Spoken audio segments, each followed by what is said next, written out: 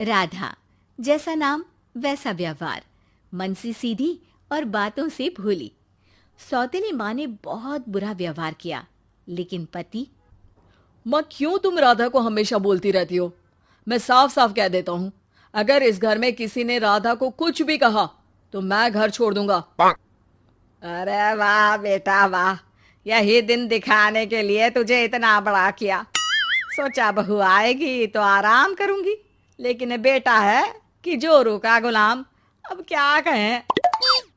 माँ, जो सोचना है सोचो, मुझे फर्क नहीं पड़ता। मैंने कोई लव मैरिज नहीं की है। आपने जिससे बोला मैंने शादी की, लेकिन अब मैं राधा को किसी भी परेशानी में नहीं देख सकता। हाँ हाँ, और मुझे देख सकते हो क्यों? अरे माँ, देखना तो मैं तुझे भी नहीं चाहता, लेकिन खुद सोच, राधा के आने से पहले तुम पूरा खाना बनाती थी, लेकिन अब जब से राधा आई है एक गिलास पानी भी खुद से नहीं लेती। अरे भाई, राधा भी तो मेरी ही उम्र की है। मैं आपके लिए बच्चा तो वो आपके लिए समझदार बहू। कैसे? उसे वक्त देना माँ। वो थक जाती है, रोती है, उसके पैर में दर्द होता है। आपको वो क्यों नहीं दिखता माँ? नहीं नहीं, ऐसा कुछ भी नहीं है। अरे वाह जी वाह, सारी तीली लगा दी। अब बोल रही है कि ना जी ना, कोई बात ना है। तीली?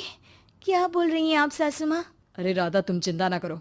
माँ की आदत है हर बात पर ताने देने की। तुम कमरे में जाओ, मैं ग्रीन टी लेकर आ रहा हूँ। सास बेटे की हरकत से आग बबूली हो जाती है। बेटा, तूने आज प्रूव कर दिया कि बेटा कभी अपना नहीं होता। अरे जोरू के गुलाम, शर्म कर शर्म। तेरी माँ हूँ, सास नहीं जो खरी खोटी सुना रहा है कल की आई दुल्हन के आगे। अरे बहू बनना आसान ना है। बेटा, जो कि अपनी नई नवेली पत्नी पर जान छिड़कता था, माँ की बातों से गुस्सा हो जाता है। माँ, साफ साफ बात करो। तुम राधा को कभी कुछ नहीं कहोगी, इसके लिए मैं क्या कर सकता हूँ? कुछ नहीं कहूंगी? अरे बेटा, बावला हो गया है क्या? तू जिस दिन पैदा हुआ था ना, उसी दिन सोच लिया था मैंने कि तेरी शादी के बाद बहू पर हुक्म चलाऊंगी, पैर दबवाऊंगी, ताने दूंगी और जुल्म भी ढाऊंगी। बाप रे बाप! माँ, आप कैसे ऐसे सोच सकती हो? राधा छोटी है मुझसे भी, और उसके लिए ऐसी सोच? अरे बेटा, एक बेटी का बाप और माँ उससे बचपन से ही सहनशीलता सिखाते हैं, जिससे कि वो कुछ भी सुनने के लिए तैयार रहे। वो जैसे ईंट होती है ना, शुरू में जितना पकाओगे आगे जाकर उतनी ही मजबूत बनेगी और बुलंद इमारत बनाएगी, समझे? देखो माँ, मैं कोई मजदूर तो हूं नहीं, इंजीनियर हूं, वो भी बड़ी कंपनी में। चलो, लॉकडाउन के कारण मैं घर से काम कर रहा हूं, तो आज से मुझे ही अपनी बहू समझो, लेकिन राधा को कुछ भी कहने की जरूरत नहीं है।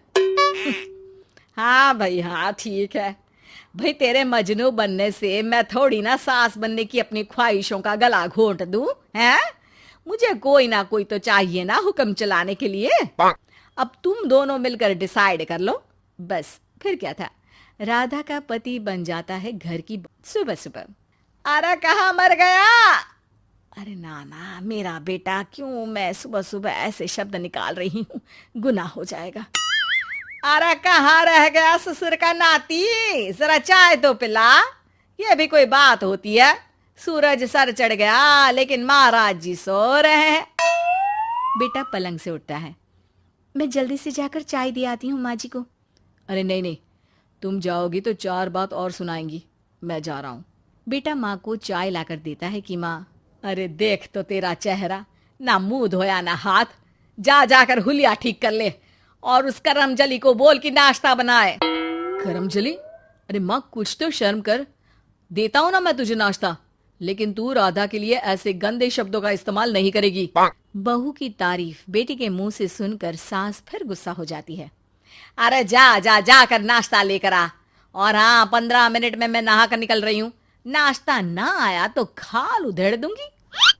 फिर मन ही मन सोचती है, नहीं नहीं, ये तो मेरा ही बेटा है, खाल उखड़े उसके दुश्मन की। अब मतलब तेरी राधा की खाल, समझा ना? अरे यार, ये सब क्या है? नेचर की कॉल भी आ रही है और 15 मिनट में नाश्ता। भगवान, कैसी मुश्किल जिंदगी बनाई है आपने औरतों की। बेचारी कैसे जिएंगी। बेचारा बेटा किचन में जाता है जहां राधा आलू पूठी बनाकर उसका इंतजार कर रही होती है। आप मेरे लिए इतना कर रहे हैं तो क्या मैं आपके लिए इतना भी नहीं कर सकती?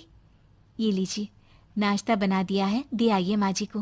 अरे थैंक्स राधा, माँ नहाने गई है, मैं बस अभी आया। ये नाश्ता यहीं रख दो, मैं आकर दे दूंगा माँ को। थोड़ी देर में माँ की आवाज आती है। अरे कहाँ रह गए? 15 मिनट हो गई, नाश्ता कहाँ है? बेटा हाथ में वही आलू पूठी वाली थाली लेकर खड़ा हो जाता है माँ के सामने। ये रहा नाश्ता, लो खाओ। माँ थोड़ा सा खाना खाती है और फिर छी छी, ठंडा खाना यही सिखाया है तेरी माँ ने? फिर थोड़ा सोचकर रुक जाती है। इसकी माँ तो मैं ही हूँ, खुद पर ही सवाल कर रही हूँ मैं। नाची ना। अरे बेटा, नाश्ता गर्मा गर्म अच्छा लगता है, खास करके पूड़ियाँ। पूड़ी तो छन से छने और टन से प्लेट में आ जाए। देखा माँ, जो बातें आप राधा को सुनाती हो वो अपने बेटे को सुनाने में कितना दुख होता है। तो जैसे आप मुझे सोचती हो वैसा ही राधा को भी समझा करो ना। अरे जितने लाड प्यार से आपने मुझे बड़ा किया, क्या उसकी माँ ने नहीं किया? हाँ हाँ पता है, उपदेश मत दे। लड़की का काम ही क्या होता है? खाना बनाना। और खाना बनाने में कौन सा बड़ा काम है? फिर सारा दिन घर में पलंग ही तो तोड़ना है। अब तू बता, तू अपने से तुलना कैसे कर सकता है उसकी? कर सकता हूँ माँ। मैं अगर बहू की बेटे से तुलना करने में आ गया ना, तो तुझे समझ में आएगा कि बहू की जिम्मेदारी भी कम नहीं होती। मेरा दोस्त है ना राम, जानती हो ना? हाँ हाँ, क्यों नहीं जानूंगी। उसकी बीवी और माँ में नहीं बनती।